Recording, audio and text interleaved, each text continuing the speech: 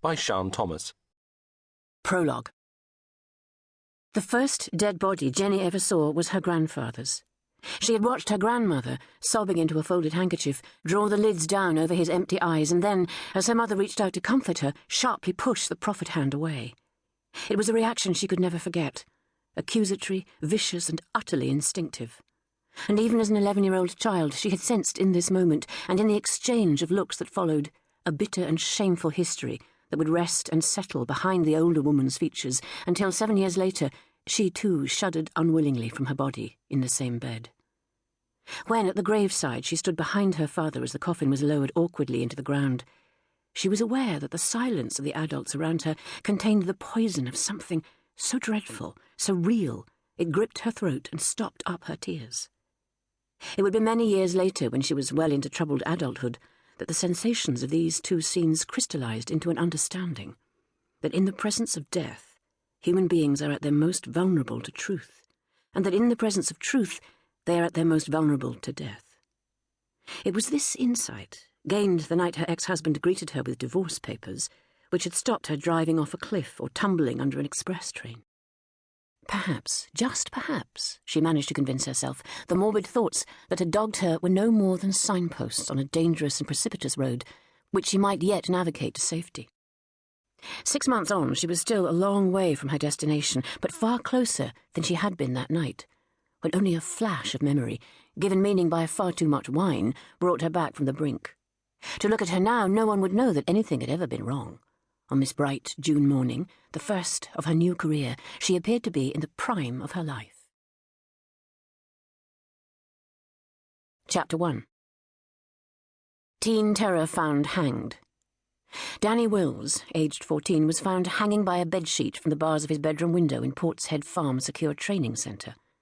The discovery was made by Mr. Jan Smirsky, a maintenance worker at the privately run facility who had come to investigate a blocked toilet. Mixed-race Wills had served only 10 days of a 4-month detention and training order imposed by a Severn Vale youth court.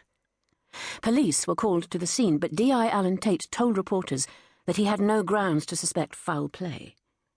The son of 29-year-old Simone Wills, Danny was the oldest of 6 siblings, none of whom, according to close neighbours, share a father. His criminal record comprised drugs, public order and violent offences. His imprisonment followed a conviction for the violent theft of a bottle of vodka from Ali's off-licence on the Broadlands estate, Southmead. During the robbery, Wills threatened the proprietor, Mr. Ali Khan, with a hunting knife, threatening to cut his packy heart out. At the time of the offence, he was in breach of antisocial behaviour and curfew orders imposed only 2 weeks earlier for possession of crack cocaine. Stephen Shah of Southmead Residence Action today said that Wills was a well-known teen terror and a menace whose death should stand as a lesson to all young hooligans. Bristol Evening Post. Danny Wills's short stain of a life had come to an end shortly before dawn on a glorious spring morning, Saturday the 14th of April. He was, perhaps by fated coincidence, aged 14 years and as many days, earning him the dubious honour of being the youngest prison fatality of modern times.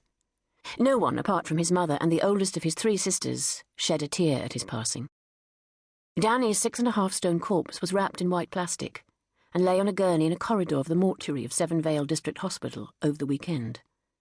At 8 o'clock on Monday morning, a consultant pathologist, Dr. Nick Peterson, a lean, marathon-running 45-year-old, glanced at the bruises rising vertically from the throat and decided it was suicide, but protocol required a full autopsy nonetheless.